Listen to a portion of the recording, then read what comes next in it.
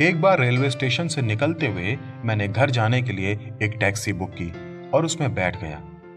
Taxi में मैंने जो सबसे पहली बात गौर की वह एक वाक्य था जो उस टैक्सी पर लिखा हुआ था। लिखा था, आप बत्तख हैं या उकाब पक्षी, आप निर्णय लें। जो दूसरी बात मैंने गौर की वह यह थी कि टैक्सी बिल्कुल साफ सुथरी और चमकती हुई थी।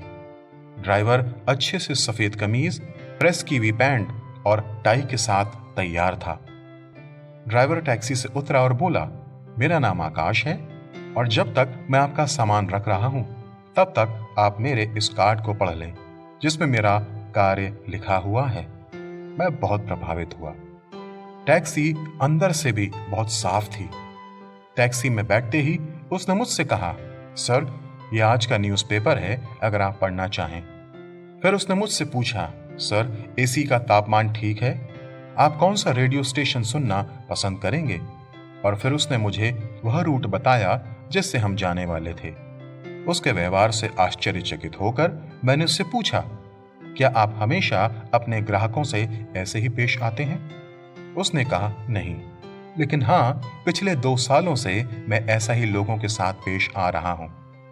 2 साल पहले मैं भी दूसरे ड्राइवरों के समान शिकायत करता रहता था। एक दिन मैंने एक किताब पढ़ी जिसको एक डॉक्टर ने लिखा है जो व्यक्तिगत विकास विषय में विशेषज्ञ हैं। वे कहते हैं, यदि आप सवेरे यह सोचकर उठते हैं कि आपका आज का दिन खराब जाएगा तो आपके साथ वैसा ही होगा।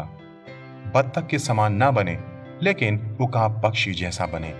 अर्थात बत्तखें सिर्फ शोर करती हैं या कह लें शिकायत करती रहती हैं, लेकिन उकाब पक्षी इन सब से बहुत ऊपर उड़ता है। इसलिए मैंने अपने स्वभाव को बदलने को सोचा और मैं उकाब पक्षी के समान बनना चाहता हूं। मैंने दूसरी गंदी टैक्सियों को और उनके ड्राइवरों के व्यवहार को देखा जो अच्छा नहीं है, और नाखुश ग्राहकों को भी देखा। तो मैंने कुछ बदलाव लाने का निर्णय किया और मुझे ग्राहकों से भी बहुत अच्छा रिस्पॉन्स प्राप्त हुआ और इसका असर मेरी कमाई पर भी आया। मेरी कमाई दोगुनी हो गई। वो तो आज मैं आपको यहां मिल गया, नहीं तो बहुत ही कम मैं यहां मिलता हूं, क्योंकि लोग मुझे फोन करके भी बुलाते हैं। दोस्तों, इससे कोई फर्क नहीं पड़ता कि आप कहां कार्य कर रहे हैं, लेकिन फर्क इससे पड़ता है कि आपका स्वभाव आपकी हर परिस्थिति में कैसा है। क्या आप अपना समय शिकायत में गुजार रहे हैं या इन सब बातों से ऊपर उठ चुके हैं?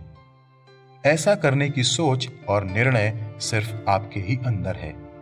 इसलिए इस नए साल 2022 में ही निर्णय लें।